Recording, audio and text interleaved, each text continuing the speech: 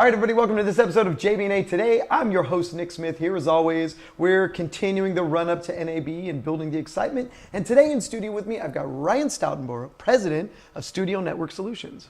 Hi, Nick. Ryan, thanks for being here. You bet. It's about time we get you on the show. I've been begging for how long? All right. I'm a little camera shy, I guess.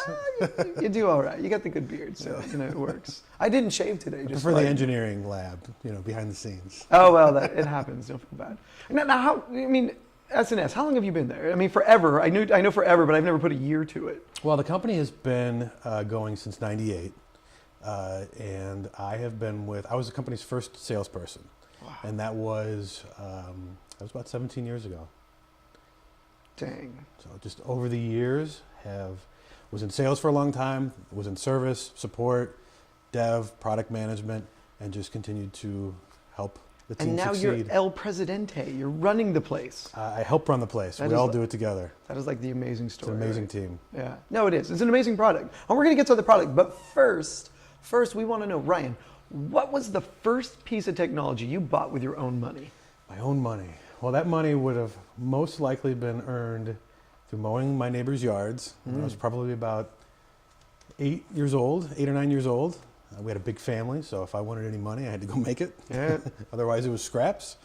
So, I mowed a lot of yards, and I believe the first thing I bought was one of those sort of 80-in-1 science fair project kits. Oh yeah, the Radio Shack ones. Yeah, where you make alarms, or you have an oscillator, yep. or you do things with diodes and LEDs, and that was probably my first real piece of electronic technology.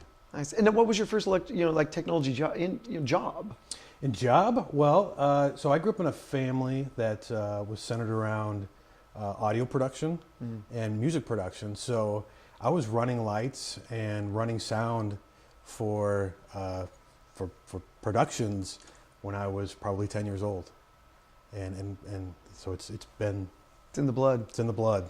Which is interesting because if you go back in what I know of the company history, you were predominantly a Pro Tools solution, or that was sort of the early days of the company. Yeah, that's certainly where we got our name and earned our title as the king of Pro Tools, SAN solutions and shared storage.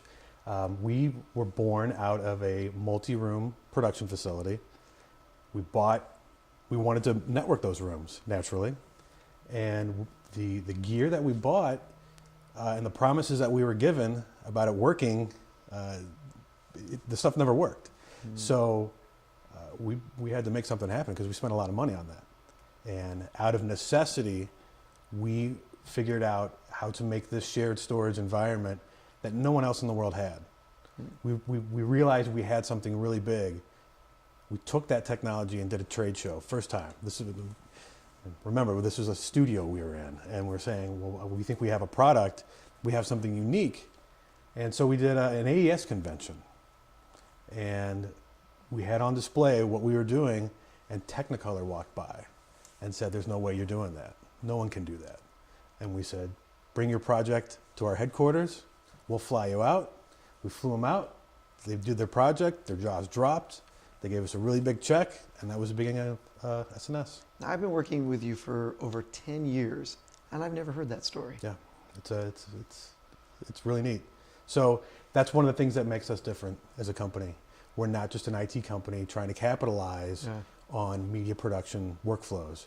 It's in our blood. It's who we are. No, and everybody in the company comes from that. Yeah. Over the years, you've had audio guys and video guys, and they're all there crafting a better vision for content management in terms of storage. Yep. When you talk to anybody on our team, they are either a photographer or an engineer, a videographer, or something. We're all engaged in this business. Nice. And not to coin a phrase, but the product has evolved since then. Yes. It's now known as the Evo. Yes. You like that? Self-evolving. Yeah. As the Evo stands right now, it comes in various flavors, different sizes, different shapes. I'm sure there's something new we can talk about for NAB coming up. But outside of the Evo line and the SNS, what technology are you most excited about right now? Quite a few things.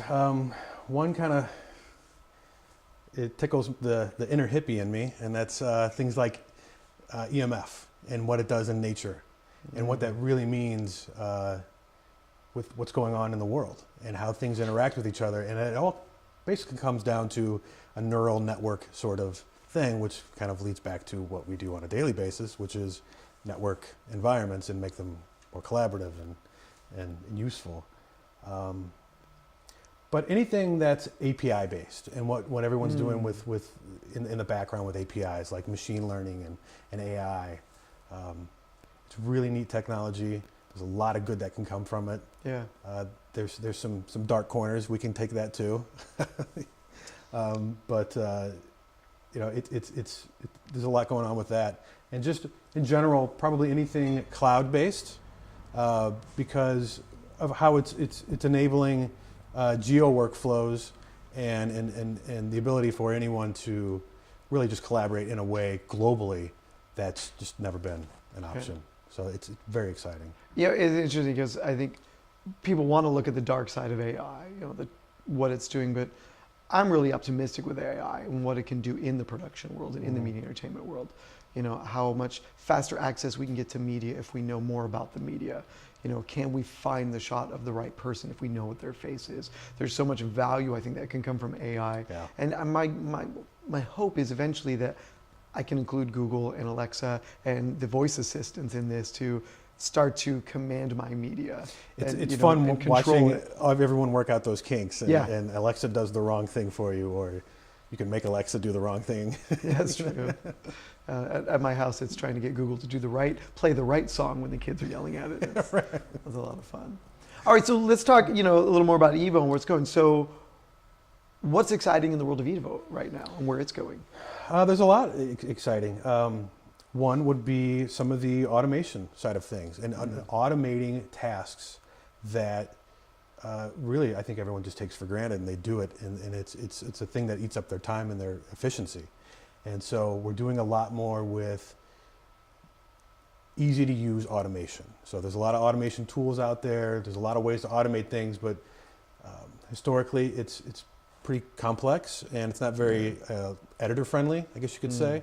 So we're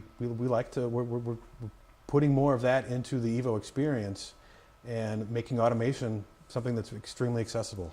And not a lot of storage vendors have automation. Usually if they do, it's within their own enclosed ecosystem. Yeah. Speaking within their own sort of stack.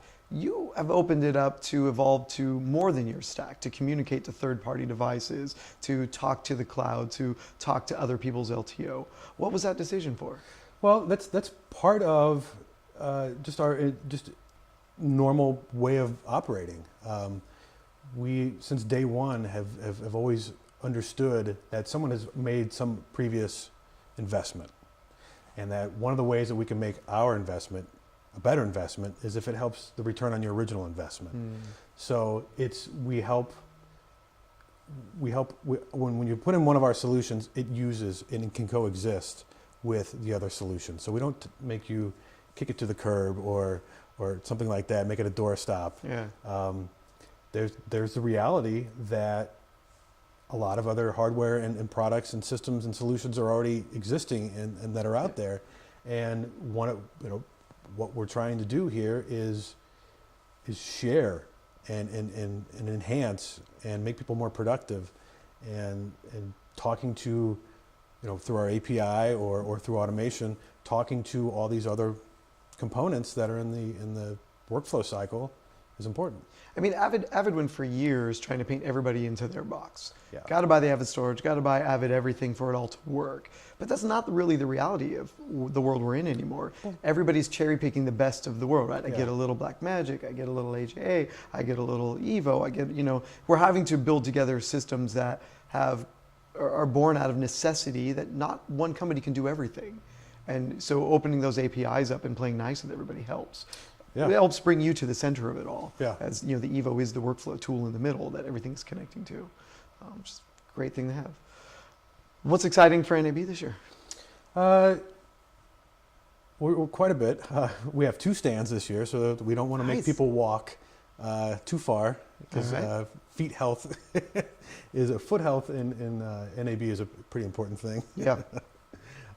So we have 2 stands.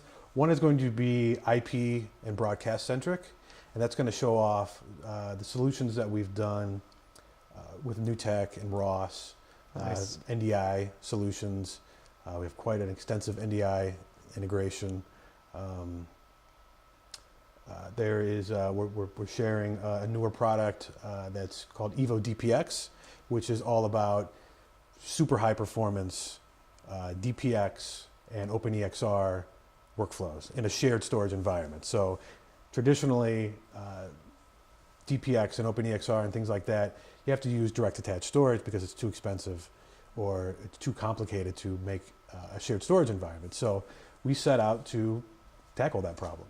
And we've got an affordable flash SSD based shared storage environment that is qualified by Blackmagic. We're qualifying with a few other vendors at the moment. We've qualified it with Assimilate, and just really pushing that super fast tier 1 layer of the storage. And so we'll be pushing that. So there's really a great story coming into NAB this year. Yeah, absolutely. So with what you're doing with NewTek and the NDI, with what you're doing with the DPX workflows, the new hardware, that's going to be exciting. Yeah. Almost a banner year for you all. Yeah, that coupled with some of the stuff we're doing with Slingshot and the automations and some improvements to the share browser media management experience. It's a big year for us. Nice. It's spectacular. Okay, so 2 booths at NAB. Yes. The pre-show that we're hosting at the SLS on the 7th and 8th, or 6th and 7th. Yeah. We'll have all that in the show notes, including both booth numbers, so make sure we put those in the show notes. So check there. Come see Ryan and the team at NAB. Come see them at the pre-show at the SLS.